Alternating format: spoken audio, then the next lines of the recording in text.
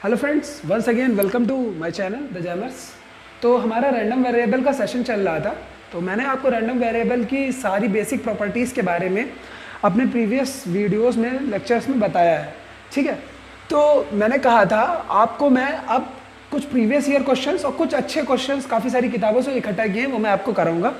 तो आज हम खाली प्रीवियस ईयर्स पे फोकस करेंगे। ठीक है, तो ये क्वेश्चन 2018 में पूछा गया है। देखिए ये क्वेश्चन क्या कह रहा है, a fair die is rolled 4 times independently. ठीक है, इंडिपेंडेंटली लिखा हुआ है ये। ठीक, for i is equal to 1 2 3 4 defined as y i is equal to 1 if 6 appear. ठीक है, 0 इफ एनीथिंग एल्स अपीयर। ये जो आपका y i is equal to 1,0 दे रखा है, ये आपका एक इंडिकेटर फंक्शन है। मैं इंडिकेटर फंक्शन के बारे में आपको बताऊंगा जब मैं आपको एस्टिमेशन पढ़ाऊंगा, तब मैं आपको इसके बारे में काफ़ी अच्छी तरीके से बताऊंगा। बहरहाल अभी आप ये जान लीजिए इंडिकेटर फंक्शन क्या होता है कि आपकी किसी हैपनिंग ऑफ इवेंट को एक तरह से एक्सप्लेन करता है शॉर्ट फॉर्म में। आप देखिए ये 1 होगा कब, जब 6 अपीयर करेगा। अब जब आप सैंपल स्पेस ड्रॉ करेंगे, ठीक है, तो वाई आई जो आपका है वो वैल्यू 1 लेगा जब 6 अपीयर करेगा, और अगर ये सब कुछ भी आता है तो वाई आई की वैल्यू 0 हो जाएगी। Okay, done. तो इनडायरेक्टली इसको शॉर्ट फॉर्म में लिखने के लिए ऐसे लिख देते हैं हम लोग। तो पूछा गया है probability maximum of y1 y2 y3 y4 is equal to 1, ये क्या होगा। तो चलिए देखते हैं। ओके, पहले आप जान लीजिए कितने number of total number of outcomes कितने हैं, 6 हैं। ठीक है, और 6 आउटकम्स में 6 डाई पे कितनी बार आ सकता है, एक ही बार तो आ सकता है। तो प्रोबेबिलिटी वाई आई ये वैल्यू लेगा 1, इसकी प्रोबेबिलिटी तो 1/6 है ना, क्योंकि 1 का मतलब ये हुआ कि 6 अपीयर कर रहा है। ओके, बाकी ये कुछ भी ले, ये 0 वैल्यू लेगा, उसकी प्रोबेबिलिटी कितनी बची 5/6, क्योंकि टोटल नंबर ऑफ आउटकम्स जो बचे हमारे पास 5 है, 6 है और फेवरेबल 5 है, इस वजह से 5/6। तो आइए इस क्वेश्चन को थोड़ा सिंपलीफाई करते हैं, देखते हैं। ठीक है, ये हमारा लिखा हुआ है probability max of y1, y2, y3, y4 is equal to 1। तो इसको हम कैसे लिख सकते हैं, ठीक है, इसको आप लिख सकते हैं 1 minus probability max y1, y2, y3, y4 is equal to 0। ठीक है, तो एक बात बहुत सिंपली आप ये जानिए कि जैसे कोई घर में आपके सबसे बड़ा है, ठीक है, कोई घर में सबसे बड़ा है, तो जाहिर सी बात है अगर कोई दूसरा पर्सन आ जाता है वो उससे भी बड़ा है, तो बाकी के जो मेंबर्स होंगे वो तो उससे छोटे ही होंगे ना, जाहिर सी बात है वो सबसे बड़ा होगा।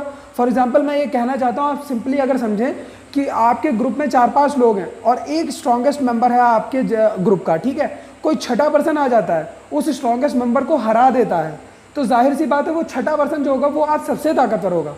ठीक है, आप समझे जो मैं कहना चाहता हूँ। तो इसका मतलब है जो मैक्सिमम है वो 0 है, मैक्सिमम से मैक्सिमम वैल्यू y1 जो yi ले सकता है वो 0 है, तो बाकी सब तो 0 ही होंगे, बाकी सब कोई और वैल्यू थोड़ी ले पाएंगे। तो probability y1 is equal to 0। Okay, क्योंकि इंडिपेंडेंट है ये, तो डायरेक्ट इसको लिख सकते हैं y2 is equal to 0, probability y3 is equal to 0 into probability y4 is equal to 0। ठीक है, तो मैंने बताया probability y i is equal to 0, इसकी प्रोबेबिलिटी क्या है 5/6 इंटू 5/6 इंटू 5/6 इंटू 5/6। इसको मल्टीप्लाई करिए 25 25 625 अपॉन 36 36, इसका मल्टीप्लिकेशन आता है शायद 1296, इसको सब्सट्रैक्ट करिए आएगा 671 अपॉन 1296। Okay, done. तो आपने देखा कि IIT जैम में आपके दिमाग का मतलब आपको दिमाग क्वेश्चन आपको बहुत ज़्यादा टफ नहीं मिलेगा, केवल आपको दिमाग अप्लाई करना है। ओके, खाली ट्रिक्स नहीं काम करेंगी जब तक आप दिमाग नहीं अप्लाई करेंगे। मैं फिर से कह रहा हूँ भाई, IIT जैम कोई बहुत ही ज़्यादा टफ चीज़ नहीं होती, क्योंकि निकालते बच्चे ही हैं, आप भी कर सकते हैं। बस थोड़ा सा दिमाग अप्लाई करिए और थोड़ी सी नर्वसनेस जो है वो अपने अंदर की ख़त्म करिए। पेपर्स के टाइम सबसे ज़्यादा दिक्कत ना यही करता है कि आपको क्वेश्चन आता होता है, आप नर्वस हो जाते हैं और नहीं हो पाता। काफ़ी लोग हैं जिनको मैं जानता हूँ, उन्होंने स्कोर अच्छा किया है, बस कुछ नंबर से रह गए हैं।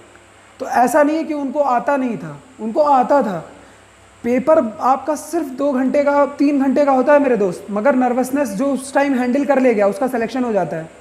मेहनत सब करते हैं, मेहनत सब करेंगे। जो आईआईटी की प्रिपरेशन के लिए आया है, मैंने तो ये तक कहता हूँ, जिसने फॉर्म डाला है भाई, इसका फॉर्म पड़ता है 11-1200 का फॉर्म आता है भाई।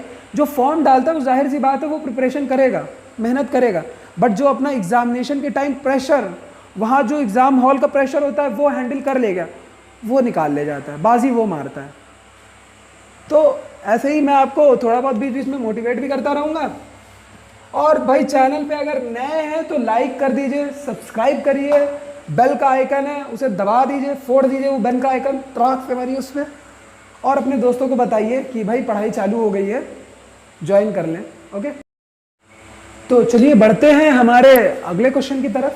तो अगला क्वेश्चन क्या कह रहा है, let x be a random variable, ठीक है, with PMF probability mass function हमको दे रखा है, probability x is equal to n is equal to 1/10, जहां पे n क्या क्या वैल्यूज ले सकता है, 1 2 3 4 5 6 7 8 9 10 तक जाएगा, ठीक है, अदरवाइज 0। तो अदरवाइज इन पॉइंट्स के अलावा कोई और भी पॉइंट्स अगर आएंगे तो वहां पे प्रोबेबिलिटी 0 हो जाएगी। तो हमसे पूछा क्या गया है, find expectation maximum of x, 5। इसका मतलब बस इतना है कि जो आपका x बराबर n है, ये कितनी वैल्यूज ले रहा है, 1 2 से लेके 10 तक। तो हमें जो मैक्सिमम x, 5 होगा, ठीक है, इसमें मैक्सिमम वैल्यू सेलेक्ट करनी है कि एक बार आपका आएगा 1,5 में क्या सेलेक्ट होगा, 5, 2,5 पे 5, ऐसे ही 5 तक तो ये 5 सेलेक्ट होगा, 6,5 पे क्या सेलेक्ट होगा 6, 7,5 पे क्या सेलेक्ट होगा 7। ये चीज लिखी हुई है, इसका मतलब बस इतना ही लिखा हुआ है, ठीक है। तो चलिए मैं इसको सिंपली लिख के दिखाता हूं कि ये है क्या। आप जानते हैं कि एक्सपेक्टेशन x जो होता है, अगर आपका डिस्क्रीट केस है तो summation over range of x जहां से भी जा रहा हो, ठीक है, x इंटू पी एक्स, जो इस ब्रैकेट में लिखा होता है वो यहां हो जाता है और मल्टीप्लिकेशन में उसका पीएमएफ हो जाता है। Okay done. ऐसे करिए जिंदगी बहुत छोटी है मेरे दोस्त, ठीक है। तो आंसर ये देखिए, आप कैसे इसे सॉल्व करेंगे। तो एक्सपेक्टेशन मैक्सिमम ऑफ x, 5 क्या हो जाएगा, देखिए समेशन x कहाँ जा रहा है, x की जगह n है तो आप n लिख दीजिए, n जा रहा है 1 से लेके 10, और यहाँ पे x की जगह n लिख दीजिए, n, 5 px, ठीक है, प्रोबेबिलिटी मास फंक्शन। तो ये ब्रेक हो जाएगा ना भाई। देखिए एक ये n इक्वल टू 1 से लेकर जब तक 5 तक जाएगा, यानी n 1,2 होगा तब भी ये वैल्यू 5 लेगा। मैक्स है, सॉरी मैक्स लिखना मैं भूल गया, आप लिख लीजिएगा मैक्स, ठीक है। तो max of n, 5 into p x plus n is equal to 6। अब यहां ये चीज याद रखिए, यहां 5th पॉइंट कंसीडर कर चुके हैं तो यहां 6 से चालू होगा। कुछ लोग यहां पे भी 5 से चालू कर देते हैं, महारथियों ऐसा नहीं होगा, ऐसा कर दिया तो गलत हो जाएगा। यहां 10 maximum of n, 5 px। Okay, ये ब्रेक क्यों है मैं एक चीज बताता हूं। आप 1 से लेके 5 तक ले लीजिए, 1,2 1,3 1,5 2,5 3,5 4,5 5,5, आपको जो मैक्सिमम मिलेगा वो तो 5 ही मिलना है। बट इस केस में डिफर कर जाएगा, एक बार 6 आएगा, 7 आएगा, 8 आएगा, 9 आएगा, 10 आएगा। सो दैट्स व्हाई इसको ब्रेक किया गया है। ओके, तो देखिए इसमें इस केस में हर एक जगह पे 5 आना है, ठीक है। तो 5 को 5 टाइम्स ऐड करें, मल्टीप्लाई करें, आएगा 25। px कितना है 1/10 है, प्लस इसमें आप देखिए 6 + 7 + 8 + 9 + 10, ओके, इंटू px कितना है 1/10। 1/10 को आप बाहर ले लीजिए, 25 इसको ऐड करिए, कितना है 15 30 40, ठीक है। 6.5 ये आपका एक्सपेक्टेशन आ गया। सिंपल, आसान है, थोड़ा सा दिमाग अप्लाई करिए। अब आप भी कोशिश करिएगा, ठीक है। तो किसी ने मुझसे कमेंट सेक्शंस में कहा था, जब प्रीवियस वीडियो थी उसमें किसी ने मुझसे ये कहा था कि सर थोड़ा सा जॉइंट डिस्ट्रीब्यूशन में जो कंडीशनल आता है उसके बारे में एक्सप्लेन करिएगा, बता दीजिएगा। तो मैंने एक क्वेश्चन ये निकाला है, ठीक है, इसके बारे में मैं थोड़ा सा आपसे बात करना चाहूँगा। क्वेश्चन काफ़ी अच्छा है। इसमें आपको पीडीएफ दे रखा है, कैसे डिफाइंड है, f(x = x + y, x greater than equal to 0 less than 1, y greater than equal to 0 less than 1, otherwise 0। इनके अलावा कोई भी पॉइंट हो, कोई भी रेंज दे रखी हो, उनमें ये 0 होगा। तो हमसे बोला गया find probability x less than 1/4 given y is equal to 1/3। तो पहले जान लीजिए कि आपका जो कंडीशनल का फॉर्मूला होता है वो कुछ ये होता है, इसको ऐसे भी लिख सकते हैं x, y upon probability of y। Okay, ऐसे आप लिख सकते हैं। तो इसके लिए आपको इसका y का पीएमएफ पता होना चाहिए। तो मैंने आपको कल ही बताया है ये चीज कि अगर आपको, ठीक है, किसी का पीएमएफ निकालना हो तो उसको दूसरे के रिस्पेक्ट में इंटीग्रेट कर दीजिए। पूरे पीडीएफ को आपके जो दे रखा है ज्वाइंट पीडीएफ को दूसरे के रिस्पेक्ट में इंटीग्रेट कर दिए। फॉर एग्जांपल अगर आपको y का निकालना है तो आप x की ओवरऑल रेंज में उसे इंटीग्रेट कर दीजिए। तो देखिए मैं क्या कहना चाहता हूं, f of y is equal to 0 से लेके 1, ठीक है, x plus y d y. इसको मैंने y के रिस्पेक्ट में क्या किया, इंटीग्रेट कर दिया। तो इसको जब आप सॉल्व करेंगे तो आएगा आपका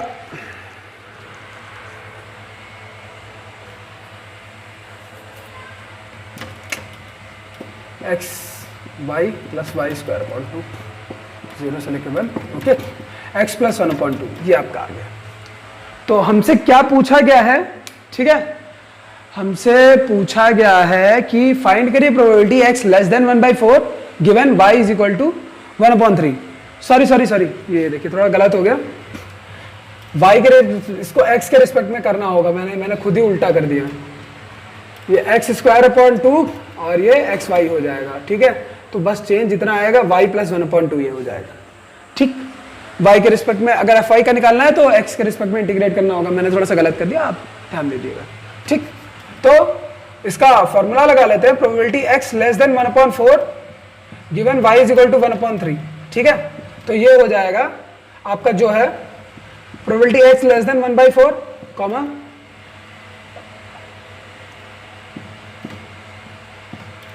y is equal to 1/3 upon probability y is equal to 1/3। आपको y का पीडीएफ पता चल गया कि क्या है, ठीक है, x लेस देन 1/4 है, देन y की आपको स्पेसिफिक वैल्यू दे दी गई है कि y को इतना रखना है। तो आप ज्वाइंट में y की वैल्यू रख दीजिए और x की रेंज आपको पता है 0 से लेके 1/4 हो जाएगी, क्योंकि x हमेशा ग्रेटर देन 0 है और यहाँ पे हमने लिमिट लगा दी है 1/4।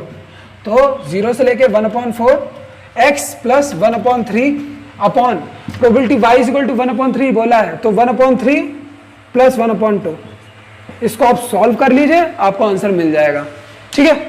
बहुत सिंपल सा क्वेश्चन है। अगर आपको अभी भी नहीं समझ में आया तो मैं फर्दर वीडियोस में इसका ये जो कंडीशनल है इसको कायदे से एक्सप्लेन करूंगा, आपको बताऊंगा। चलिए ठीक है, अगले क्वेश्चन की तरफ हम लोग अपने बढ़ते हैं।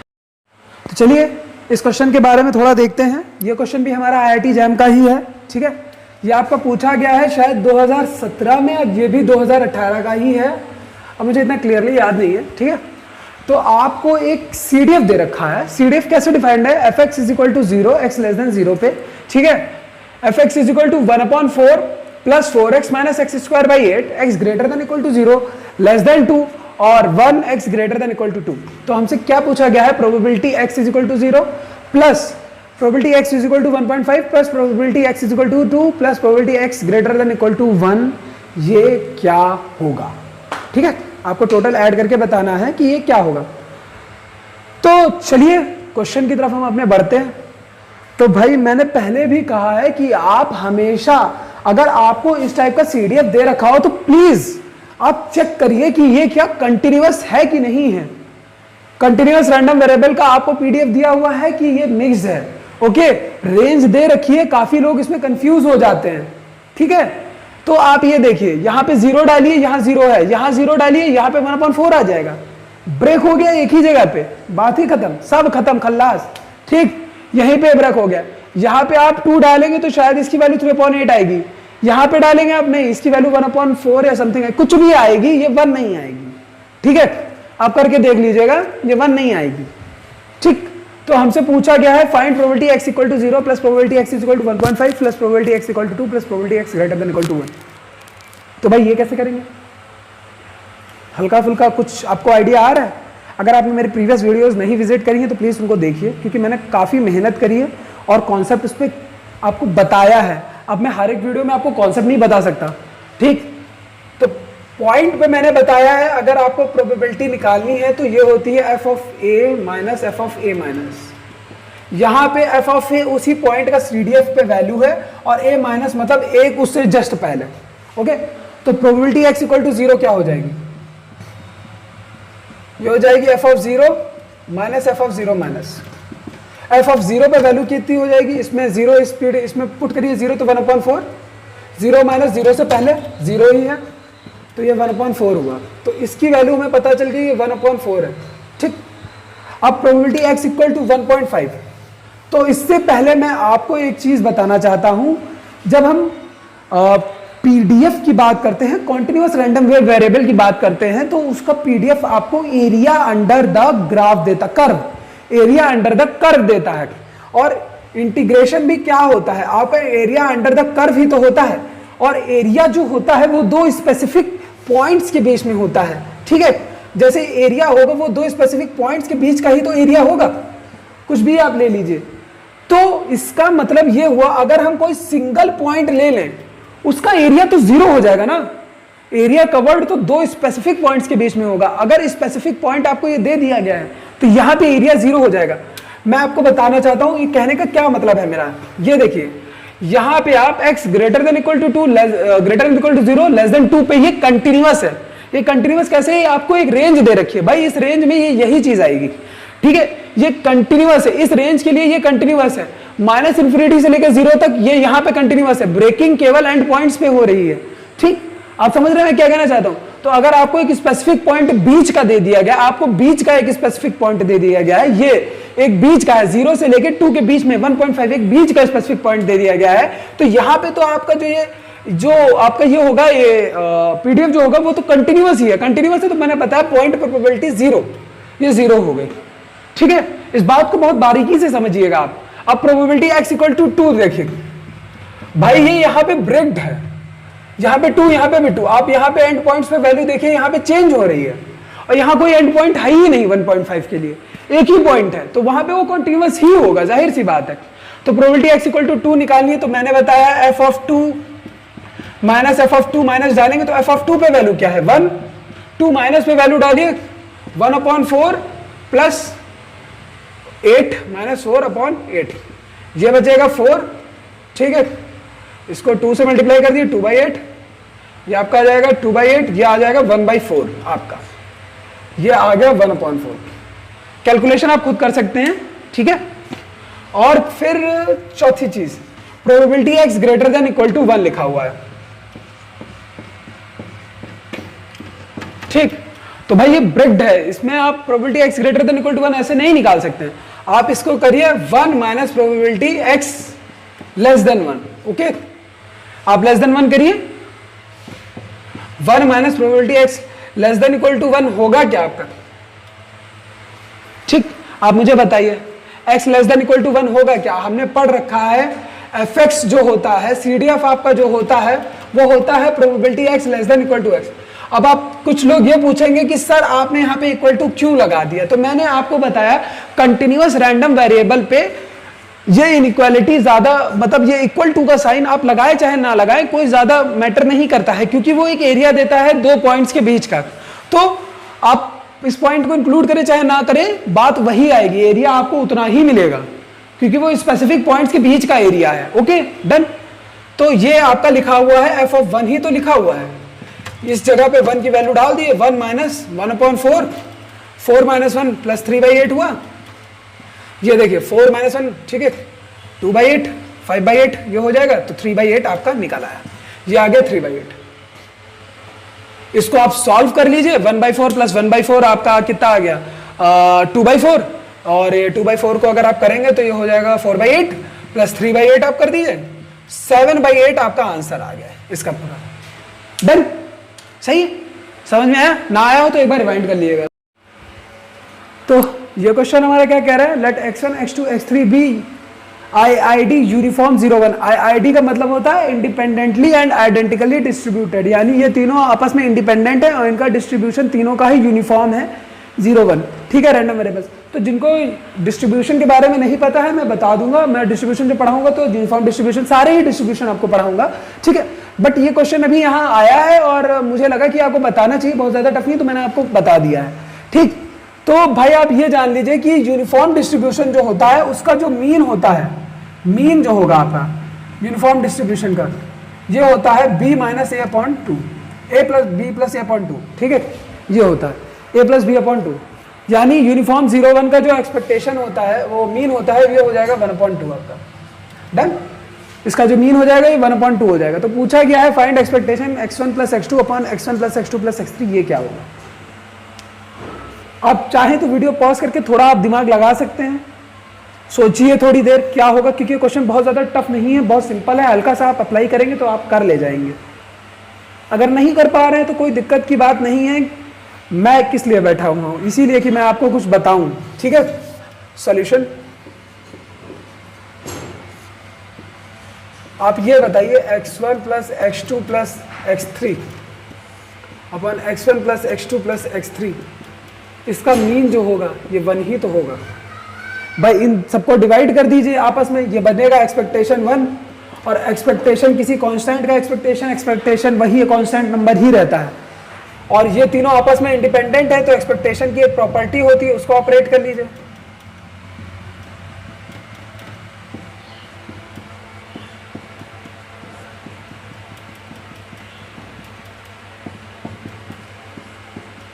इसको ब्रेक कर लीजिए आप, ओके, ये 1 के इक्वल, और ये बोला गया है इंडिपेंडेंटली एंड आइडेंटिकल है, तो x1 x2 और x3 ये आइडेंटिकल है। ठीक है, इनका जो एक्सपेक्टेशन, ये जो पूरी क्वांटिटी है जो निकल के आएगी ये सेम ही होगी, तो इनडायरेक्टली आप इसको लिख सकते हैं expectation x1 upon x1 plus x2 plus x3, ठीक, प्लस एक्सपेक्टेशन x1 अपॉन, ऐसे आप लिखेंगे तो ये 3 टाइम्स हो जाएगा इज इक्वल टू 1। इसको इधर भेज दीजिए, x1 plus x2 plus x3 is equal to 1/3 आ गया। आपको ये चीज पता चल गई, ये इतनी 1/3 है, तो जाहिर सी बात है expectation x1 upon x1 plus x2 plus x3 plus expectation x2 upon ये जो भी है 1/3 प्लस 1/3 हो जाएगा। इसको एक ब्रैकेट में लिख लीजिए, x1 प्लस x2 अपॉन जो भी है 2/3, ये आपकी आंसर आ गई। आसान है क्वेश्चन। चलिए बढ़ते हैं हमारे अगले क्वेश्चन की तरफ, देखते हैं अगला क्वेश्चन क्या कह रहा है। तो आज का ये आखिरी क्वेश्चन है, ठीक है। मैंने पहले भी कहा कि एक स्टूडेंट ने बोला, मुझसे पूछा था कि सर कंडीशनल के बारे में थोड़ा बता दीजिए, तो ये फिर से मैंने कंडीशनल का क्वेश्चन लिया है, और ये आपका शायद 2016 या 17 में पूछा गया, 2017 में पूछा गया है मुझे लग रहा है ये, ठीक है। ओके, तो क्वेश्चन क्या रहा है आपको, probability x is equal to m, y is equal to n, यानी ज्वाइंट PMF दिया हुआ है, m plus n upon 21, m values ले रहा है 1, 2, 3, और n के कितने पॉइंट्स हैं 1, 2, और अदरवाइज जो भी पॉइंट्स कुछ भी आ रहे हो उन पे प्रोबेबिलिटी 0 है। तो पूछी गई है find probability x is equal to 2 given y is equal to 2। तो मैंने पहले ही बताया है प्रोबेबिलिटी x गिवन y का जो फॉर्मूला आपका होता है, probability x, y upon probability of y, ये होता है आपका, ये फॉर्मूला होता है। तो इसके लिए आपको ये चीज तो पता है, इसको निकालना पड़ेगा। इसको निकालने के लिए मैंने बताया कि जैसे फॉर एग्जांपल अगर आपको y का निकालना होता है तो आप x के रिस्पेक्ट में जोड़ दीजिए, पूरा समेशन कर दीजिए, ओवरऑल रेंज में x की जोड़ दीजिए। x की रेंज क्या है, m ले रहा है, x m ले रहा है, m कहां तक जा रहा है 1 से लेके 2 से लेके 3, 1 2 3। तो अगर आपको y का PMF निकालना है तो summation over range of m is equal to 1 से लेके 3 m plus n upon 21। Okay, तो एक बार m वैल्यू लेगा 1 प्लस n अपॉन 21, प्लस एक बार वैल्यू लेगा 2, एक बार वैल्यू लेगा 3, ये 6 प्लस 3n अपॉन 21 बना, ठीक है, 2 प्लस n अपॉन 7 ये बन गया। आपको PMF y का पता चल गया, ठीक है। अब हमसे पूछा गया है find probability x is equal to 2 given y is equal to 2, ये क्या होगा।